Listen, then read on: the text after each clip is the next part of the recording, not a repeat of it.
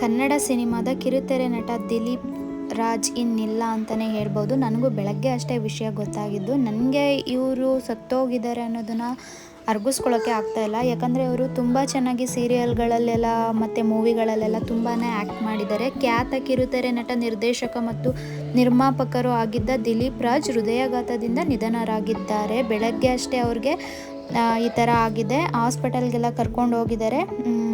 ಅವ್ರದ್ದು ಟೈಮ್ ಆಗೋಗಿದೆ ಅನಿಸುತ್ತೆ. ಸೊ ಬದುಕಿಲ್ಲ ಅವರು 1978ರಲ್ಲಿ ಜನಿಸಿ 2026ರಲ್ಲಿ ಮರಣವನ್ನು ಹೊಂದಿದ್ದಾರೆ. ಕೇವಲ 48 ವಯಸ್ಸು ಅಷ್ಟೇ ಇವರಿಗೆ. ಇವರಿನ್ನಿಲ್ಲ ಅನ್ನೋದನ್ನು ನೆನೆಸ್ಕೊಳ್ಳೋದಕ್ಕೆ ತುಂಬಾ ಬೇಜಾರಾಗ್ತಾ ಇದೆ. ನಾನಂತೂ ಈಗ ರೀಸೆಂಟಾಗಿ ಝೀ ಕನ್ನಡದಲ್ಲಿ ಒಂದು ಸೀರಿಯಲ್ ಬಂದಿತ್ತು, ತುಂಬಾ ಇಷ್ಟಪಟ್ಟು ನೋಡಿದ್ದೆ. ಆ ಸೀರಿಯಲಲ್ಲಿ ಇವ್ರ ಜೊತೆ ಆ್ಯಕ್ಟ್ ಮಾಡಿದ ಹುಡುಗಿ ಕೂಡ ಹೀರೋಯಿನ್ ಆಗಿ ಎಲ್ಲ ಪ್ರಮೋಟ್ ಆಗಿದ್ದಾರೆ, ಪ್ರಮೋಷನ್ ಎಲ್ಲ ತೊಗೊಂಡಿದ್ದಾರೆ. ಸೊ ಇವರು ಅಷ್ಟು ಒಳ್ಳೆಯವರು, ಅಷ್ಟು ಚೆನ್ನಾಗಿ ಒಬ್ಬ ಒಳ್ಳೆಯ ನಟರಾಗಿ, ನಿರ್ದೇಶಕರಾಗಿ, ನಿರ್ಮಾಪಕರಾಗಿ ಕಾರ್ಯನಿರ್ವಹಿಸ್ತಾ ಇರ್ತಾರೆ. ತುಂಬ ಚೆನ್ನಾಗಿ ಸ್ಟೋರಿಗಳನ್ನೆಲ್ಲ ತುಂಬಾ ಚೆನ್ನಾಗಿ ಬರಿತಾಯಿದ್ರು.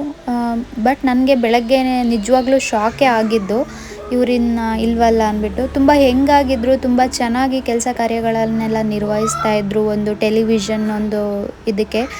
ಸೊ ಅವರಿನ್ನಿಲ್ಲ ಅಂತ ಹೇಳ್ಕೊಳ್ಳೋದಕ್ಕೆ ತುಂಬಾ ಬೇಜಾರಾಗ್ತಾ ಇದೆ. ನನಗೆ ಪುನೀತ್ ರಾಜ್ಕುಮಾರ್ ಸತ್ತೋದಾಗಲೂ ಇದೇ ರೀತಿ ತುಂಬಾ ಬೇಜಾರಾಗಿತ್ತು. ಇವಾಗ ಇವರು ಈ ಥರ ಸತ್ತೋಗಿರೋದು ತುಂಬಾ ಬೇಜಾರಾಗ್ತಾಯಿದೆ. ಕೇವಲ 48 ವರ್ಷ ಅವ್ರಿಗೆ ಇನ್ನೂ ಅಷ್ಟೇ. ಇದ್ದಿದ್ರೆ ಇನ್ನೂ ಏನಾದರೂ ಸಾಧಿಸ್ತಾಯಿದ್ರು, ಏನಾದರೂ ಮಾಡ್ತಾಯಿದ್ರು. ಸೊ ದೇವ್ರು ಯಾಕೆ ಹೀಗೆ ಒಳ್ಳೆಯವ್ರಿಗೆ ಜಾಸ್ತಿ ಆಯಸ್ಸು ಕೊಟ್ಟಿರಲ್ವಾ ದೇವರು, ಏನು ಅಂತ ನನಗೆ ಅರ್ಥ ಆಗ್ತಾಯಿಲ್ಲ.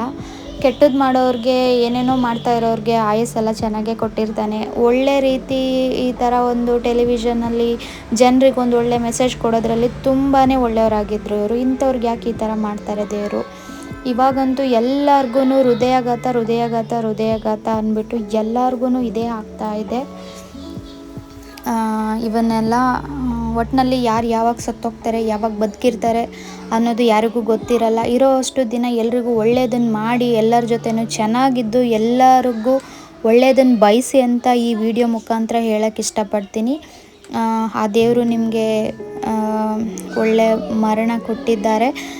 ನಿಮಗೆ ಆ ದೇವರು ಮೇಲಾದ್ರೂ ಸುಖವಾಗಿಡಲಿ. ಅಂದರೆ ಸ್ವರ್ಗಕ್ಕೆ ಹೋಗಿ ನಿಮಗೆ ಯಾವುದೇ ರೀತಿ ಕೆಡುಕಾಗ್ದಲೇ ಇರಲಿ. Rest in peace. ನಾವಂತೂ ನಿಮ್ಮನ್ನು ಮರೆಯೋದಕ್ಕಾಗಲ್ಲ. ನಿಮ್ಮ ಸಾವು ಕೂಡ ನಮಗೆ ತುಂಬಾ ಬೇಜಾರು ತಂದಿದೆ. ನಾನು ನಿಮ್ಮ ಸೀರಿಯಲ್ಗಳನ್ನೆಲ್ಲ ತುಂಬ ಇಷ್ಟಪಟ್ಟು ನೋಡ್ತಾ ಇದ್ದೆ. ಓಕೆ.